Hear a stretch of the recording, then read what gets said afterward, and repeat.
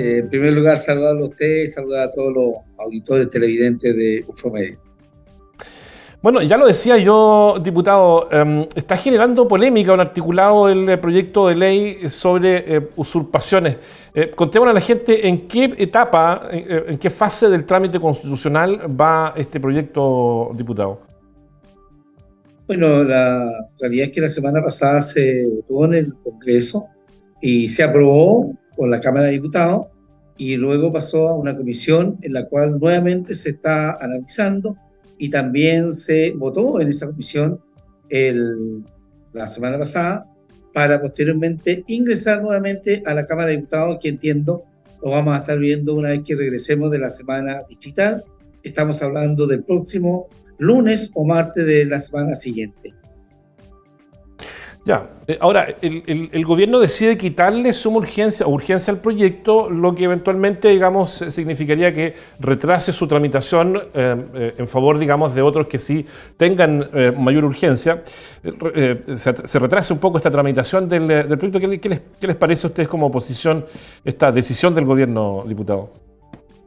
Bueno, lo que nosotros hemos visto es que han tratado de entrampar de una u otra manera este proyecto que objetivamente para la región de la Araucanía ha sido difícil, ha sido complejo y que perjudica enormemente a muchos sectores, particularmente de la agricultura. No obstante, yo estuve presente en esta comisión y la propia ministra del Interior se comprometió en no, digamos, ponerle mayores trabas, pero sí avanzar en este sentido, porque, reitero, se fue conversando punto a punto aquellos temas que estaban en discusión. Ahora, una de las críticas que ha tenido el proyecto, diputado, sobre el cual además el gobierno ha dicho, mire, si esto se aprueba tal como está, vamos a vetar esta ley, dice relación, ¿no?, con la autodefensa, de alguna manera, respecto de situaciones de usurpación. Ha habido mucha crítica, sobre todo de parte del oficialismo, a este articulado de la ley. ¿Cuál es la mirada que tienen ustedes respecto de este concepto que ahí se plantea? Bueno, lo que pasa es que ahí estamos en dos etapas en mi concepto que son muy importantes. Primero, la legítima defensa privilegiada, que es en donde, ¿cierto?, la persona puede perfectamente defender lo que es propio, defender su terreno, con los elementos que tenga de acuerdo a la normativa vigente.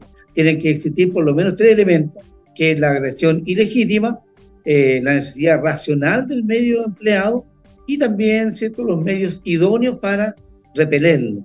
Es decir, porque aquí evidentemente estamos hablando que alguien se podría defender con un arma. Si una persona tiene inscrita legítimamente un arma, perfectamente se puede defender, y de eso defender significa que tal vez la persona puede disparar al aire para amedrentar eventualmente, porque hoy si esa persona dispara al aire teniendo un arma legítimamente inscrito, lamentablemente también es condenado, porque no se permite ese tipo de cosas, no se justifica, por lo tanto, ¿cierto?, eso se condena. Si se aprueba esta ley, sí se va a permitir reitero, disparar al aire como para amedrentar a aquellas personas que eventualmente pudieran intentar ingresar.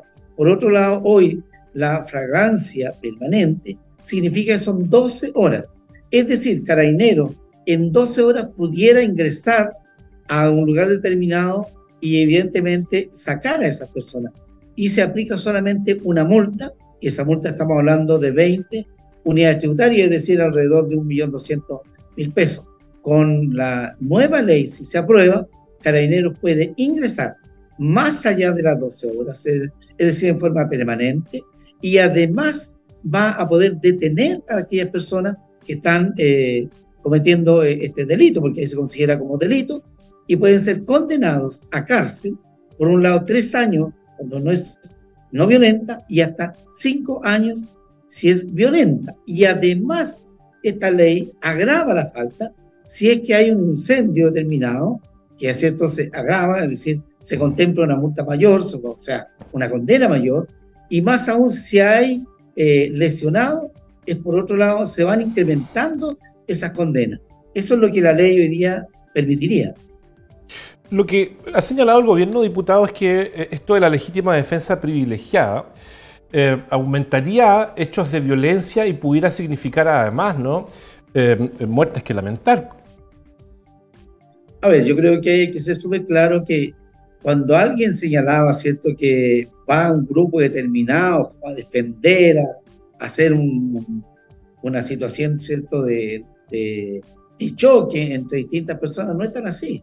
La legítima defensa privilegiada, reitero, tiene que cumplir por lo menos 3 elementos. O sea, la persona no es que va a llegar y se va a defender y va a contratar personas para que estén ahí permanentes, no. Es una situación mucho más compleja y difícil, lo señalaba. Por lo menos deben haber 3 elementos que son esenciales, como era la agresión ilegítima, la necesidad racional del medio empleado y los medios idóneos también para repelerlo. O sea, no es tan así. Ahora, este proyecto de ley de usurpaciones, diputado, ¿tiene de alguna manera un asidero, tiene alguna razón a partir de la experiencia que vivimos en la región de la Araucanía, ¿no? En materia de violencia rural o de terrorismo, como se le quiera llamar? Pero por otro lado, dada la escasez de vivienda, hay muchos comités que ocupan terrenos, se toman terrenos derechamente, donde luego el Estado genera la gestión para poder comprar esos terrenos o eventualmente también desalojarlos, como hemos visto en imágenes de televisión respecto a algunas ciudades de Santiago o de más al norte. Entonces, los comités sin casa han aprovechado de alguna manera también esto para, en Temuco, lo sabe usted mejor que yo, se han creado poblaciones que han surgido, digamos, de la usurpación o de la toma de terrenos.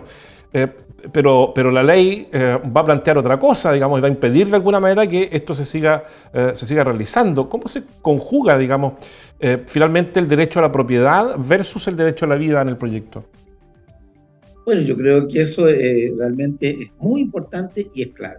Aquí esta ley no significa, ¿cierto?, que va a desalojar a la gente de los campamentos. Eso lo digo muy claramente porque yo soy parte de la Comisión de Vivienda de la Cámara de Diputados, en donde hemos estado trabajando estrechamente con los dirigentes sociales que legítimamente se organizan. Que aquí hay 2 cosas, Patricio, que es bueno separar. Nosotros conocemos permanentemente comités habitacionales, que los dirigentes sociales en forma responsable se constituyen, sacan su personalidad jurídica, trabajan y lamentablemente a veces están durante bastante tiempo y postulan a subsidio. A su vez hay recursos para compra de terreno a través de la Subdere y logran su vivienda en definitiva. Pero también hay otros grupos que efectivamente, como la ley hoy día no está tan clara, se toman abiertamente los terrenos y se instalan con campamentos. Obviamente que todos los seres humanos necesitan una vivienda, necesitamos vivir en forma digna, pero también debemos ser respetuosos de la normativa y de la propiedad privada. Es decir, hay que dar los pasos como corresponde de acuerdo a la ley. No obstante, esta ley, en la eventualidad que se apruebe, que yo espero que se apruebe, deja de lado, o sea, los campamentos quedan excluidos. Y ahí se elaboró una lista, una nómina de los actuales campamentos para que no se produzca justamente lo que usted me acaba de señalar, don Patricio, en el sentido de llegar, ¿cierto?, y desalojar a toda esa gente que hoy día, de una u otra manera, aunque no ha sido legal, tienen su vivienda, tal vez con mucho esfuerzo, que es la realidad, pero evidentemente hoy día es complejo poder desalojar a esa gente. Ahora, la tendencia no es de alguna manera a que, más que la autodefensa, el Estado genere los cuerpos legales, las normas para que, si se producen este tipo de situaciones, sea el Estado quien efectivamente combata con los instrumentos del Estado de Derecho, combate estas acciones y no sean las personas las responsables de combatir una eventual usurpación? Efectivamente, primero, ¿cierto?, está el Estado, hoy día el gobierno determinado, pero para eso hay que entregar las herramientas necesarias. Ahí es donde hablamos, ¿cierto?, de la ley Naín Retamal, en donde Carabineros debe sentirse respaldado también para realizar distintos procesos. ¿Qué es lo que pasa hoy, don Patricio? Objetivamente nosotros vemos, ¿cierto?, una gran cantidad, y hay que decirlo abiertamente, de robos, delitos, atentados. Vemos, ¿cierto?, que en las ciudades pasa lo mismo. ¿Por qué? Porque la ley es muy blanda, por decir. Hoy la gente lo que quiere es seguridad, vivir en paz. vivir tranquilo. Y para eso, lamentablemente hay que decirlo, las leyes hay que endurecerlas. Si usted conversa con las personas comunes y corrientes en la ciudad, en el campo, en donde sea, dicen, ¿cierto?, que no se está aplicando la ley. Usted habla con los jueces, habla con los abogados, dice, nosotros aplicamos la normativa, pero hoy es muy blanda. Por eso es que todo el mundo necesita endurecer las penas para que se pueda respetar la ley y poder vivir tranquilo, en paz y sobre todo con seguridad. Nos escriben a través del Facebook Live, diputado Beltrán, Rosa Carrut Navrat.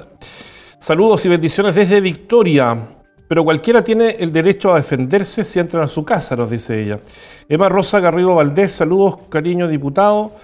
El Estado está fracasado. Loreto Pepa Méndez Barriga, gracias diputado Juan Carlos Beltrán por apoyar a las víctimas siempre. Trajo toda la barra, diputado, ¿ah?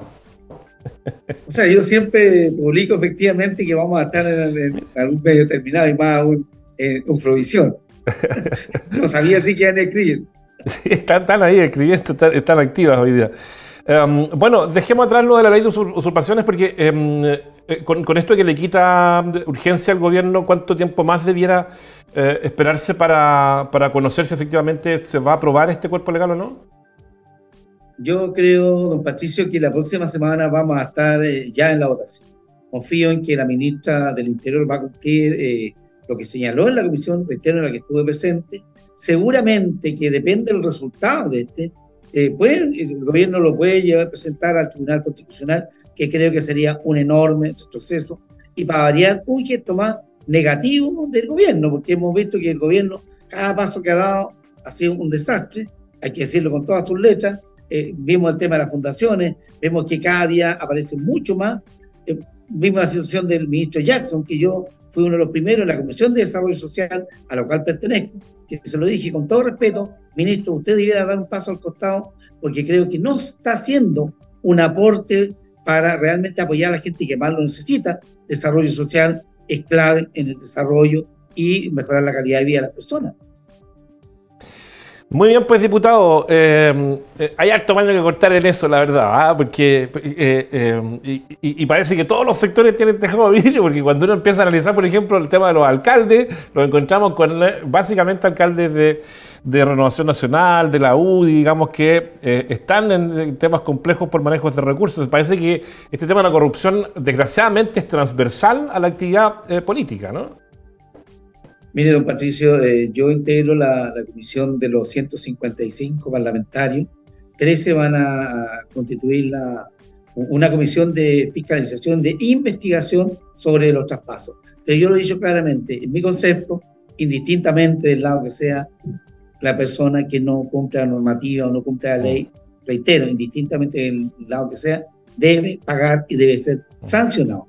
Es decir, sobre todo en las fundaciones, lo que ha pasado, más allá de que tengan que rendir cuentas ante los tribunales de justicia, sino que también hay que buscar la forma cómo recuperar esos dineros para que lleguen a la gente que realmente más lo necesita. Estábamos hablando de los campamentos, ahí deben llegar esos recursos, apoyar a esas familias para que puedan salir. Usted me señala, y con toda razón, que hay alcaldes de distintas tendencias políticas que han estado eventualmente involucrados en situaciones anormales. Yo creo que sea del lado que sea, hay que responsabilizarlo. Se debe condenar de todas maneras si los tribunales se lo dicen.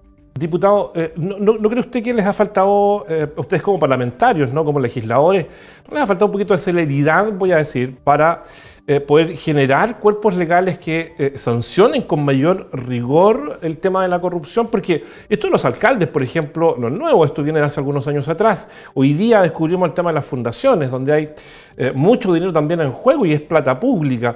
Pero no hay proyectos desde la acción legislativa para poder sancionar con mayor rigurosidad a quienes en buen chileno metan las manos, de manera de desincentivar de alguna manera, ¿no?, el robo por un lado, el desfalco por otro, ¿no?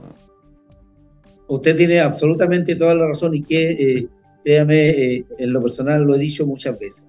Este es mi primer periodo como parlamentario, como diputado, llevo 1 año y 4 meses. Y creo que no frustración, pero sí lo he señalado, es que se demoran mucho las leyes. Usted tiene toda la razón. Hay un tremendo proceso que debiera de normarse en el sentido de agilizar los pasos y los procesos. Yo creo que en eso estamos al debe. En lo personal voy a ser uno de los parlamentarios que vamos a luchar para que realmente las cosas sean más ágiles, más rápidas. Es difícil ponerse de acuerdo 155 parlamentarios en donde muchas personas hacen valer su tendencia política. Yo tengo claro, soy de Renovación Nacional, lo he hecho siempre, pero cada vez que he asumido un cargo me saco la camiseta política y trato de trabajar y voy a votar siempre a favor de la gente y conscientemente porque a mí me eligió la gente y no por un color determinado, un color político, sino que por ayudar a las personas que lo necesitan. Y hay que ser muy claro, los corruptos siempre buscarán la forma de robar, hay que decirlo abiertamente, y nunca se había visto lo que está ocurriendo ahora, y lamentablemente hay que decirlo con todas sus letras, en este gobierno. El diputado Juan Carlos Beltrán conversando con nosotros sobre la ley de usurpaciones y también sobre el tema que nos ocupa, que ocupa la agenda política y también la agenda noticiosa por estos días, que es las fundaciones. Diputado, le agradezco muchísimo la conversación, que tenga buena tarde y como siempre un gusto verlo y conversar con usted.